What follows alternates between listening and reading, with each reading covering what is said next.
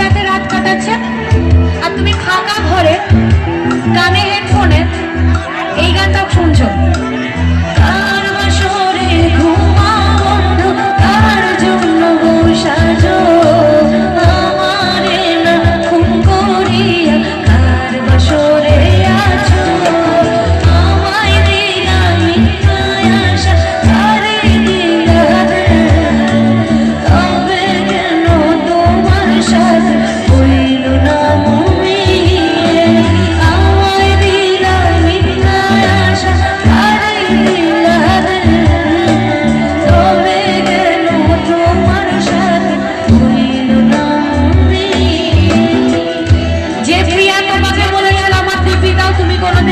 করবে না,